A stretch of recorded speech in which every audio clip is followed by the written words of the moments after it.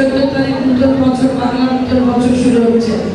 আমরা নতুন বছরে বরিশালকে নতুনভাবে দেখতে চাই, একটা পরিচ্ছন্ন বরিশাল দেখতে চাই, একটা পরিষ্কার বরিশাল দেখতে চাই।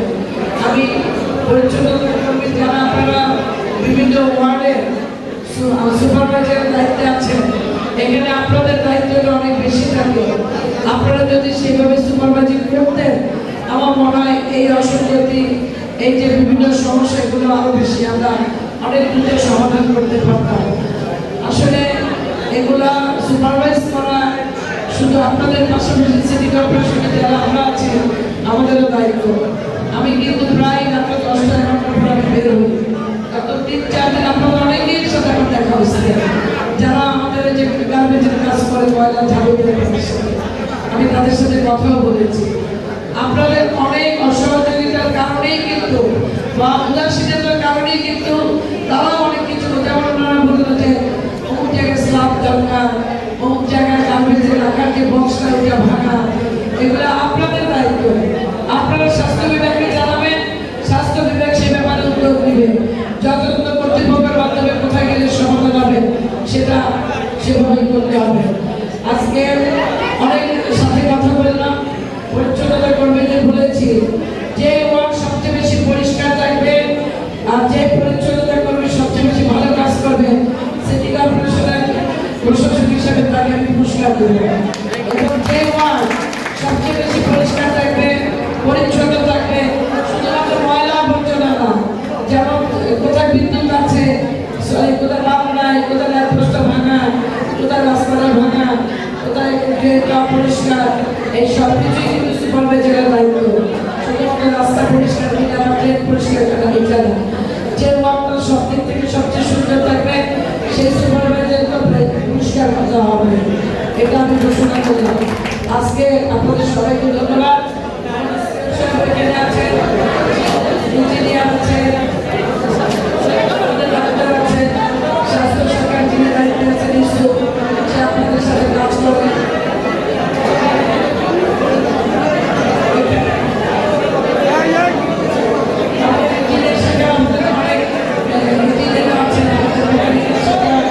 সবাইকে আমি ধন্যবাদ দেব। আপনারা প্রত্যেকদিন আমাদের পাশে থেকে আমরা সবাই একসাথে কাজ না করলে বরিশালকে আমরা সুন্দর করতে পারবো না। অনেকের আপনাদের অনেক সমস্যা থাকবে। আপনাদের একটা মমতাজকে আমরা পারিবারিকভাবে সিটি কর্পোরেশন থেকে আমরা সাহায্য করেছি। একজন কর্মী আমাদের মারা গেছে, এবং ইনশাআল্লাহ তার পরিবারকে স্থায়ীভাবে কি সমাধান করা যায়, কিভাবে ওকে ভালো রাখা যায়, পরিবার থেকে, সেগুলো আমরা চিন্তা করছি, সেখানে আমরা ব্যবস্থা নেব। সবাইকে ধন্যবাদ আজকে আমাদেরকে সাহায্য সহযোগিতা করার জন্য। আগামীতে আপনাদের আরো যদি কোনো সমস্যা থাকে সেগুলো দেখা হবে। সবাই ভালো থাকবেন। খোদা হাফেজ।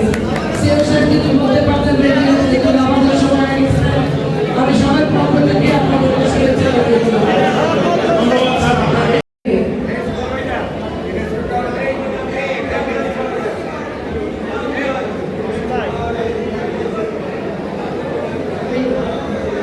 আপনার পরিচ্ছন্নতা কর্মী কয়জন?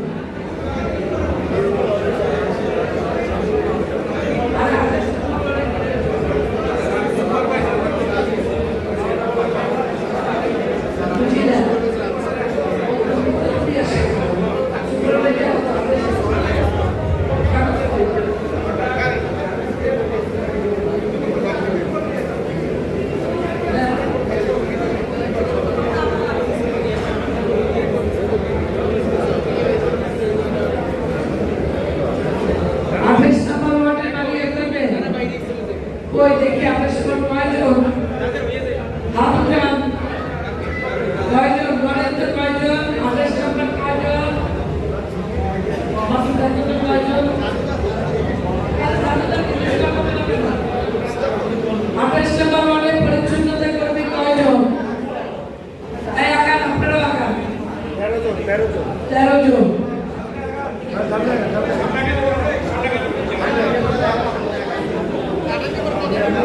13 জন। আপনারা বাড়ি কই? জোরে বলেন। বরিশালে কত নম্বর ওয়ার্ড?